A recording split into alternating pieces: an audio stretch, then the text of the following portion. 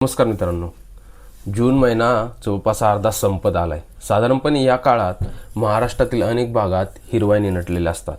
शेतांमध्ये पेरणीची लगबग सुरू असते, पण यंदाचे चित्र हे काहीसं वेगळं आहे। महाराष्ट्रातील अनेक जिल्ह्यांमध्येही अनेक पावसाची प्रतीक्षा आहे।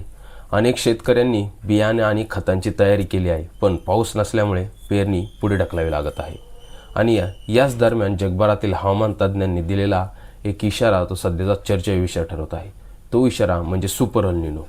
आता हा सुपर एल निनो म्हणजे काय असतो?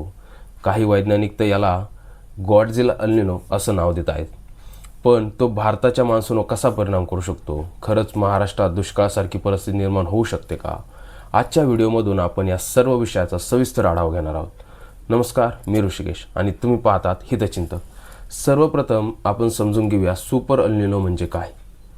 एल निनो हा कोणताही वादळाचा प्रकार नाही किंवा ढगाचा एखादा समूह नाही। हा एक महासागरीय आणि वातावरणीय बदल आहे।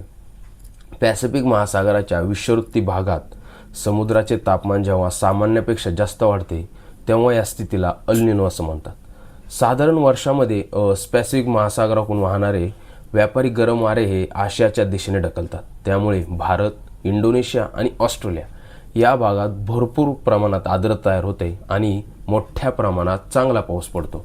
मात्र एल निनोच्या काळात हे वारे कमकुवत होतात, त्यामुळे गरम पाणी आशियाकडे न जाता दक्षिण अमेरिकेच्या किनाऱ्यावर साचू लागते आणि इथूनच हवामानाचं संपूर्ण गणित आहे ते बदलायला सुरुवात होते।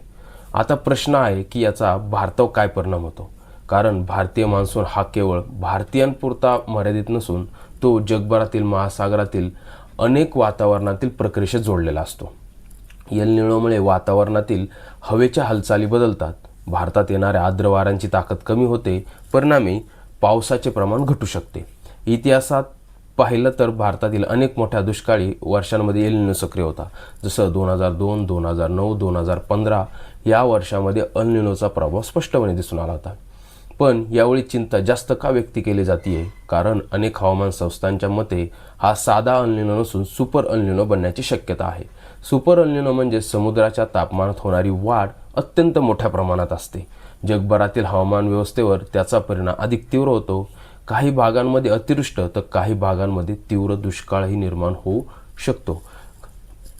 अत्यंत उष्ण हवामान, जंगलातील आगी, पाण्याची टंचाई आणि अन्नधान्यातील उत्पन्नातील घट यासारखे परिणाम दिसू शकतात। भारतासाठी आणखी एक महत्त्वाचा घटक आहे, तो म्हणजे इंडियन ओशन डायपोल अर्थात आयओडी। आयओडीला आपण मान्सूनचा बॅकअप प्लॅन असं म्हणू शकतो। जेव्हा आयओडी पॉझिटिव्ह असतो तेव्हा हिंदी महासागरातून भारताकडे जास्त आर्द्रता खेचली जाते, त्यामुळे एल निनोचा काही प्रमाणात परिणाम कमी होऊ शकतो। पण यंदा आयओडी या संपूर्ण हंगामात फारसा मजबूत राहण्याची शक्यता नसल्याचं अनेक हवामान मॉडेल्स दर्शवत आहेत। त्यामुळे तज्ज्ञांची चिंता आणि सर्वसामान्यांची चिंता मोठ्या प्रमाणात वाढली आहे। महाराष्ट्रावर याचा परिणाम काय होऊ शकतो? सर्वात मोठा परिणाम शेती होण्याची शक्यता आहे। राज्यातील बहुतांश शेती अजूनही पावसावर अवलंबून आहे। जर पाऊस उशिरा आला किंवा सरासरीपेक्षा जर कमी झाला तर पेरण्या उशिरा होतील। सोयाबीन, कापूस, तूर आणि इतर जी खरीप पिकं आहे यांच्या मोठा परिणाम होऊ शकतो।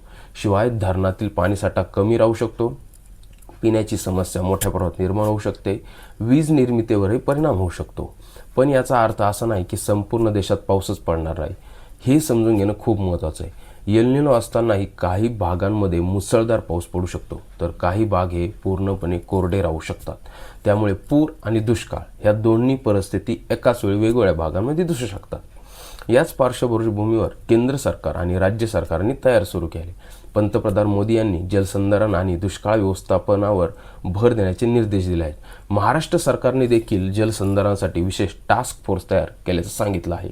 शेतकऱ्यांनी घाईघाई पेरणी न करता करण्याचा सल्ला देण्यात आला आहे, कारण सुरुवातीला थोडा पाऊस पडून नंतर मोठा खंड पडू शकतो, त्यामुळे पेरलेल्या पिकांचं नुकसान होऊ शकतो। आता सर्वात महत्त्वाचा प्रश्न आहे, पुढे काय होऊ शकतं? याचं उत्तर आज कोणाकडेही निश्चित नाहीये, कारण हवामान अंदाज हा खूप गुंतागुंतीचा विषय आहे। मात्र एक गोष्ट नक्की आहे, यंदाचा मान्सून सामान्य वर्षापेक्षा अहोभात्मक ठरण्याची शक्यता आहे। म्हणून पाण्याचा वापर हा काटकसरीने केला पाहिजे। जलसंधारण आणि शास्त्रीय शेतीय पद्धतीचा विलंब करणं ही काळाची गरज आहे। तर मित्रांनो, सुपर एल निनोचा इशारा किती गंभीरपणे ठरतो हे येणारे काही आठवडे आणि महिन्यातच ठरवतील, पण त्याची तयारी आजपासूनच करणे आवश्यक आहे.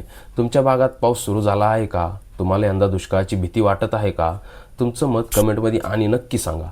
व्हिडिओ आवडला असेल तर आमच्या व्हिडिओला लाईक्स आणि शेअर करा आणि अशाच महत्त्वपूर्ण व्हिडिओसाठी चॅनलला सबस्क्राईब करायला विसरू नका. धन्यवाद.